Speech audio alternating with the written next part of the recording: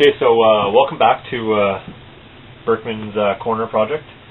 Last time, just a quick recap, we left off, we were working with a blank tile, put a road section on, and painted it green, and we're good to go.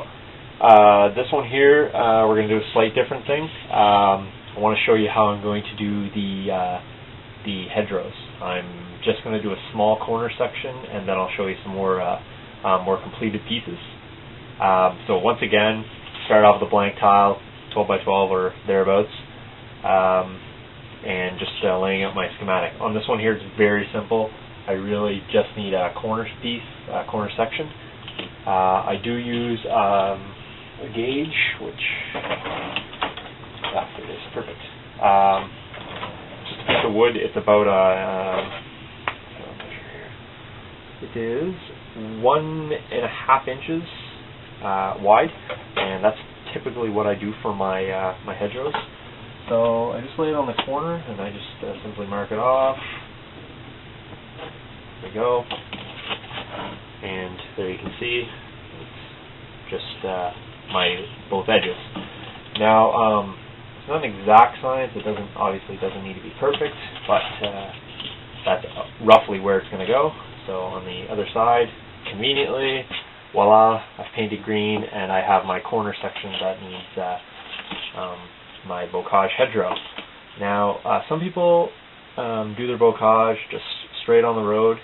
The problem with that, my problem is that vehicle height, it's not there.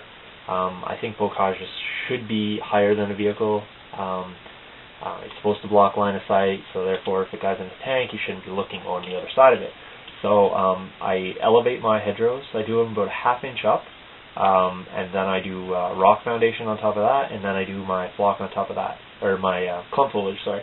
So it ends up being maybe 1.5 inches high, which covers the height of the tank, so they can't be seen. And when you get down at eye level, it gives it a real nice aesthetic feel. So working on the hedgerow. So what I work with is a green foam. Lots of people ask me about it. It's a great product to work with. They're wondering about the durability of it. Well, indeed it is brittle. You can snap it. Very easy. But what I do like about it is horizontally it breaks. However, crushing factor is there. I mean, I'm using quite a lot of force, and finally I crush down on it. If you're pushing that hard on anything on your terrain board, I think you're being a little too hard on it. So, the piece right here, I can push down on it, put my hand on it, crush down, it's not going anywhere. So it is strong. I get that question a lot. Will it break? Yes, it will. If you snap it, if you crush it, it will not. So what do I need to do? I need to dry fit first. Obviously, that does not fit. But I take into account where I need it. I go right about there. I turn it over. You probably can't see that. I'm sorry. Turn it over. There we go. Just a pencil, just a loose line, just roughly marking off the two edges. There we go. And voila, on the piece, you can see the score marks are there. Exacto knife, just make a little cut into it. Again, doesn't need to be perfect. There, a little deeper. Go. Don't need to go all the way through because I can just snap it off. These pieces, never throw them away, they can be used for something. Now, again, test fitting into the corner. Okay, pretty good. It's not bad, it's not perfect, but it doesn't need to be. The good thing about this is I can easily trim using my knife, using my board edge as my gauge. There. Flush. And another beauty of Oasis is that your finger is actually abrasive enough to sand it down. So, it's obviously still too high vertically, but I do have my edges, and I have it to where I need it. Cut. So, what I do is basically, this piece is about 1 inch thick. I only need about half that size, so I'm just going to literally cut it in half. There. That piece used later.